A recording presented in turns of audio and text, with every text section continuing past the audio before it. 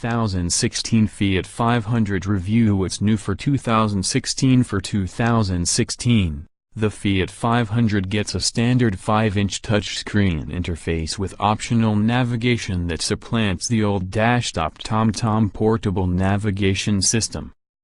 There's also a new easy trim level, and the limited production 1957 model carries on for a third year. Apparently it wasn't all that limited.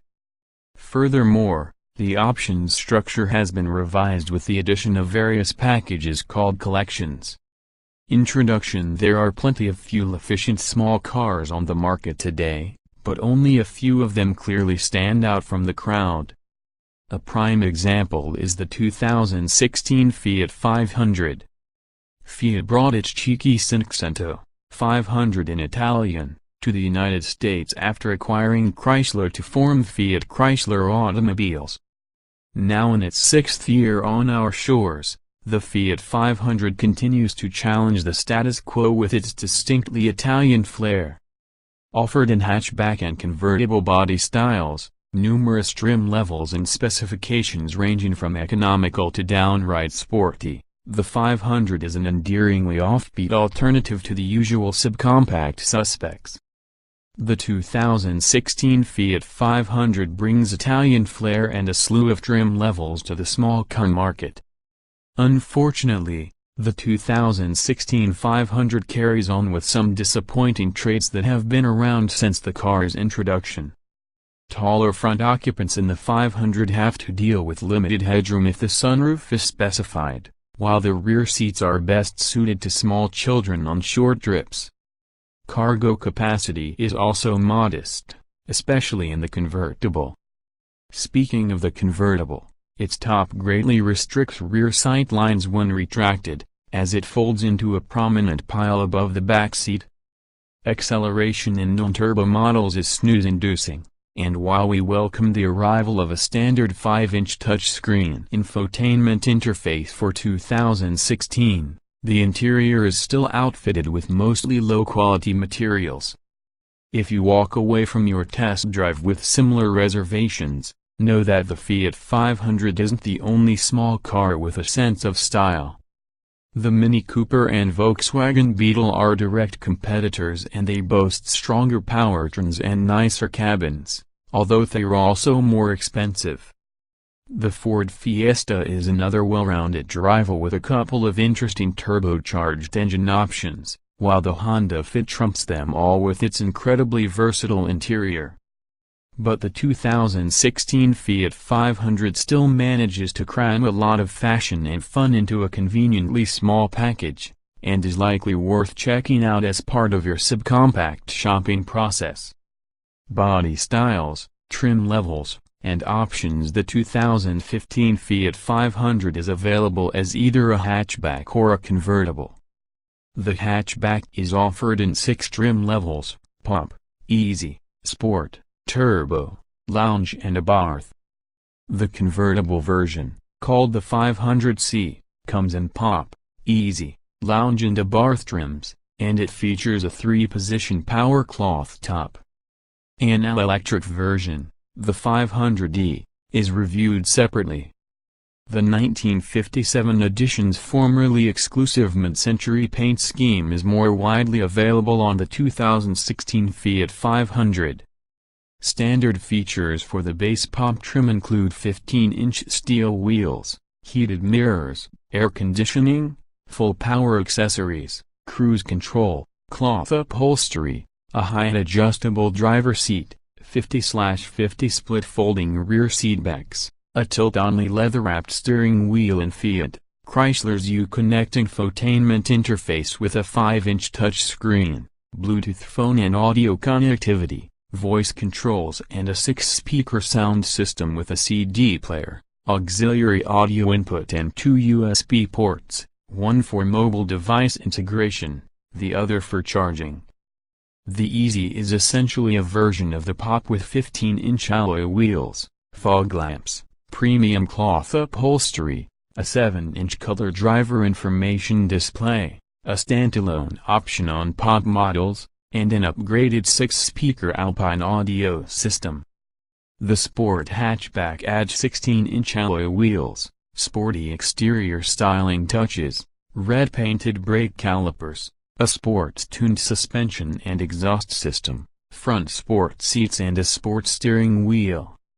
The turbo hatchback tacks on a more powerful engine, bigger brakes, gloss black exterior lighting trim, upgraded cloth upholstery and a leather-wrapped shift knob, but reverts to the base audio system found in the Pop. The lounge trim forgoes the sporty equipment in favor of more luxurious appointments such as chrome exterior trim, a fixed glass roof, automatic climate control, the Alpine sound system, satellite radio and a navigation system. The Hartpany 1957 edition largely mirrors the lounge trim level with some retro styling added in, featuring a sports-tuned suspension, specialized wheels, unique paint colors, a white roof and mirror caps, retro emblems and unique interior trim.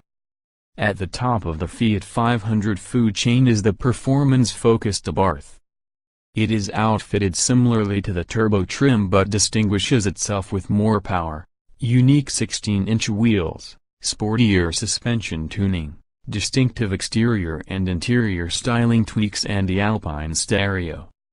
The Abarth convertible also gets standard rear parking sensors and an optional windscreen that fits behind the rear seats. The Easy, Sport, Turbo and Lounge trims offer a few different collections of options. Some equip the lower trims with certain of the higher trim standard items, such as navigation, satellite radio, automatic climate control and rear parking sensors, while others contain desirable extras like an auto-dimming rear-view mirror, a sunroof, heated seats, leather upholstery and a 6-speaker Beats audio sound system with a trunk-mounted subwoofer. For the Abarth, optional bundles are limited to a comfort and convenience package, automatic climate control, heated seats and satellite radio, and a Beats audio package, satellite radio and the Beats audio sound system. The sunroof, leather upholstery, navigation system and rear parking sensors, hatchback only, are available as standalone options. Powertrains and Performance 3 engines are available for the 2015 Fiat 500, all of which send power to the front wheels via a standard 5-speed manual transmission or an optional 6-speed automatic. The Pop, Easy, Sport and Lounge trim levels receive a 1.4-liter 4-cylinder engine that produces 101 horsepower and 98 pound-feet of torque. In performance testing, a Fiat 500 Sport with a manual transmission went from 0 to 60 miles per hour in 10.5 seconds, a laggardly time for the class.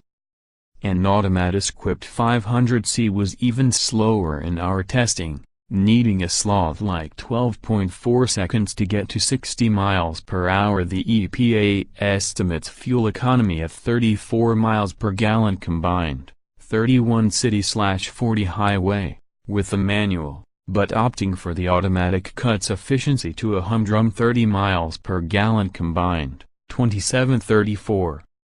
A 6-speed automatic is optional on the 2016 Fiat 500, but it hurts performance, particularly with the base engine. The Fiat 500 Turbo steps up to a turbocharged 1.4-liter 4-cylinder engine that pumps out 135 horsepower and 150 lb-ft of torque. At test track, a manual transmission turbo posted a 060 time of 8.1 seconds, dramatically better than the base engine and a quick time for this segment. Fuel economy is estimated at 30 miles per gallon combined, 28 city/34 highway, with a manual and 27 miles per gallon combined, 24-30 seconds, with the automatic.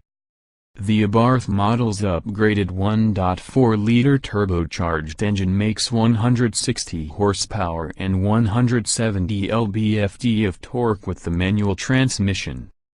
With the 6-speed automatic, those output figures change slightly to 157 horsepower and 183 lb-ft of torque. In testing, a manual Abarth coupe sprinted to 60 miles per hour in 7.1 seconds, while an automatic Abarth convertible did it in 7.5 seconds. Those are respectable times, but a Mini Cooper S is still about a second quicker. Fuel economy estimates for the Abarth are identical to those for the 500 Turbo. Safety features for all 2016 Fiat 500 models include stability and traction control, anti-lock disc brakes, hill start assist, a driver knee airbag, front side airbags, side curtain airbags and active front head restraints. In brake testing, a 500 Sport came to a stop from 60 miles per hour in an impressively short 115 feet. While a 500C Lounge needed 124 feet. Disappointingly, a 500 Turbo hatchback took 125 feet despite its upgraded brakes, and an Abarth hatchback needed 123 feet despite its ostensibly stickier summer tires. In government crash tests, the Fiat 500 hardtop received 4 out of 5 stars for overall crash protection, with 4 stars for total frontal impact protection and 5 stars for total side impact protection. The Insurance Institute for Highway Safety has awarded the 500 hardtop its top rating of good in the Moderati overlap frontal offset, side impact and roof strength tests. In the small overlap frontal offset test, however, the Fiat earned the lowest score of poor. The 500's seat and head restraint design was rated good for whiplash protection and rear impacts. The 500C, convertible, hasn't been rated by federal regulators or the interior design and special features. The 500's small, dim gauge cluster used to be an issue, but it was recently replaced by a bright digital display with large fonts and more easily deciphered menu logic. This is an option on the pot trim, which retains the old gauge cluster as standard equipment. The center console was also revised, adding better cup holders and an easily accessed USB port. For 2016, the changes continue with a newly standard Uconnect infotainment system that features a small but readable 5-inch touchscreen with available navigation. The 500's control layout is still a bit of a mishmash, including the odd controls for the standard, non-automatic, climate system, but there's no doubt that this is the most user-friendly iteration yet. Despite the zippy appearance and colors throughout the cabin, the quality of most materials is subpar. At least there's ample room in the front seats for taller occupants, though be advised that the tilt-only steering wheel can make finding a comfortable driving position a challenge, and the optional sunroof noticeably reduces headroom. The rear seats for any 500 are pretty much what you'd expect, torture for those older than preschool age, with basically non-existent headroom in the hatchback due to the sloping rear glass.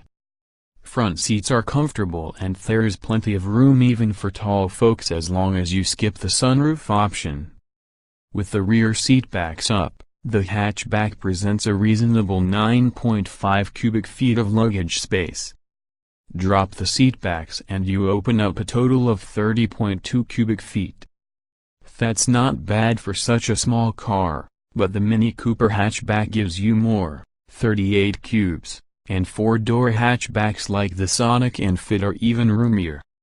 Cargo capacity for the 500C isn't nearly as generous, as there are just 5.4 cubic feet available behind the rear seats and 23.4 cubic feet with the rear seat backs folded down. Moreover, the convertible's folding canvas top stacks accordion-like on the rear deck when retracted, all but blocking your view directly behind. Driving impressions: the base engine's acceleration is undeniably lackluster. The manual shifter is pleasant to operate and the clutch action is light and linear.